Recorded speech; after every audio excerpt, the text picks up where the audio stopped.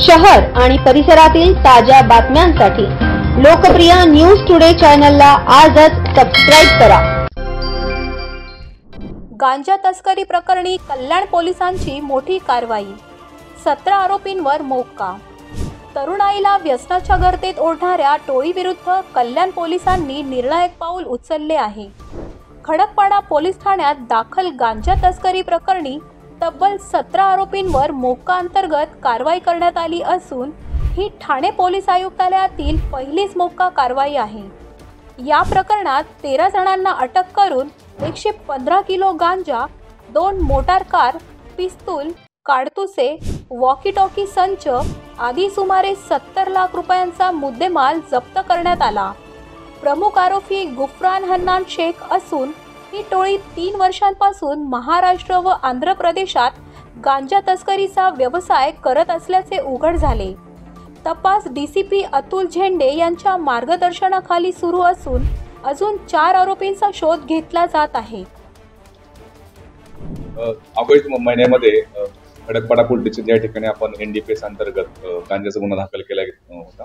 त्याच्यामध्ये आपण सुरुवातीला एक ड्रग पेडलर गांजा सेवन करण्यास ताब्यात घेण्यात आलं होतं। त्याचा पुढील तपास करत असताना आपल्या टीमला जे आपली स्पेशल स्क्वॉड जे नेमलेलं आहे अंमली पदार्थ विरोधी कारवाई करण्याकरता आणि काही कळांचे पूर्ण टीमला ते पूर्णपणे सिंडिकेट काम करत असल्याबाबतचे त्यामध्ये तपास निष्पन्न झालं। त्या अनुषंगाने आपण ऑगस्ट महिन्यामध्ये विशाखापट्टणम ओडिसा या ठिकाणी जाऊन एक मोठं कॉम्बिंग ऑपरेशन त्या ठिकाणी राबवलं गेलं होतं लोकल पोलिसांच्या मदतीने। आणि त्यामध्ये आपण इतरही त्यांचे जे डीलर्स आहेत जे विविध शहरांमध्ये काम करतात, त्यामध्ये विशाखापट्टणम असेल, सोलापूर असेल, पुणे असेल, बदलापूर असेल, मुंब्रा असेल या ठिकाणी लोकांना ताब्यात घेतलं गेलं होतं। असे एकूण 13 आरोपी आपण त्याच्यामध्ये आतापर्यंत अटक केलेले आहेत। आणि हे सर्व नेटवर्क जे आहे विविध शहरांमध्ये चालत होतं।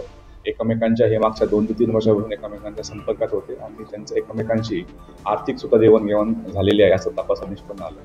हा तपास निष्पन्न झाला असताना त्या अंतर्गत महाराष्ट्र शासनाने जुलै 2025 मध्येच अंमली पदार्थ विरोधी जो कायदा आहे त्याचे गुन्हे दाखल होता, त्याच्यामध्ये मोक्का सेक्शन अंतर्भूत करावा याबाबत नोटिफिकेशन पण जारी केलं गेलं होतं।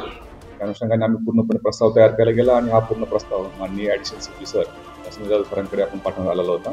आणि त्या ह्याच्यामधून ती परवानगी मिळाल्यानंतर आता आपण ह्या गुन्हा दाखल केलेला आहे खडकपाडा पोलीस स्टेशनला, त्याच्यामध्ये MCOC त्यामध्ये अप्लाय केलेला आहे। आणि आपल्याकडे ठाणे आयुक्तालयामध्ये पहिल्याच अशी केस झालेली आहे की त्यामध्ये आपण अंमली पदार्थ नार्कोटिक्सच्या गुन्ह्यामध्ये मोक्का अंतर्गत कारवाई केलेली आहे। त्याच्यामध्ये आता आपण 13 लोकांना अटक केलेली आहे।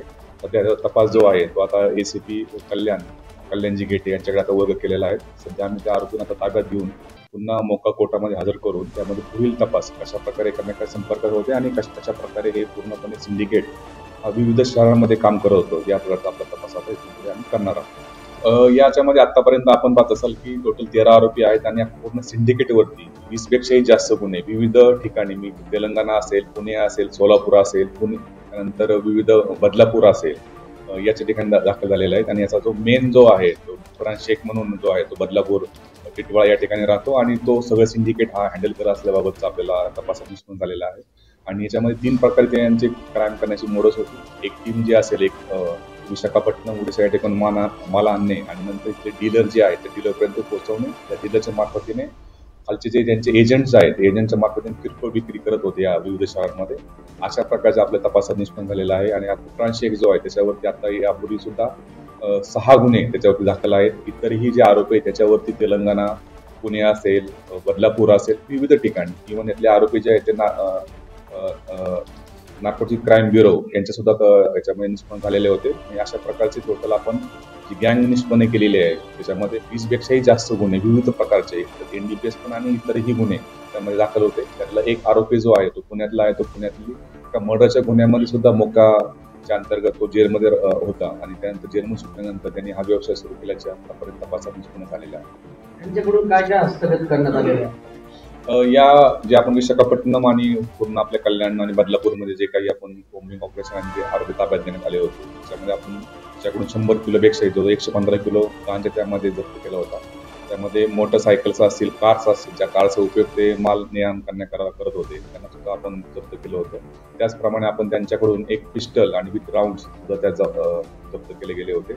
आणि त्या सगळ्यात महत्त्वाचं म्हणजे जे जंगलांमध्ये ज्यावेळेस ते विशाखापट्टणम या ठिकाणी जे गांजा आणण्याकरता जात होते त्याकरता एकमेकांना संपर्क आणण्याकरता ते वॉकी टॉकी सुद्धा वापर करत होते। अशा प्रकारचे एकदम हाय प्रोफाईल आणि वेगळ्या प्रकारे ह्या संपर्कात राहून ते वॉकी सुद्धा ते एकमेकांच्या संपर्कात राहण्याकरता यूज करत होते. हे सर्व मुद्देमाल आपण यापूर्वी जप्त केलेला आहे. असा जवळ आपण 70 लाखाही पेक्षा जास्त मुद्देमाल या पूर्ण कारवाईमध्ये आतापर्यंत आपण जप्त केलेला आहे. News today Nashik.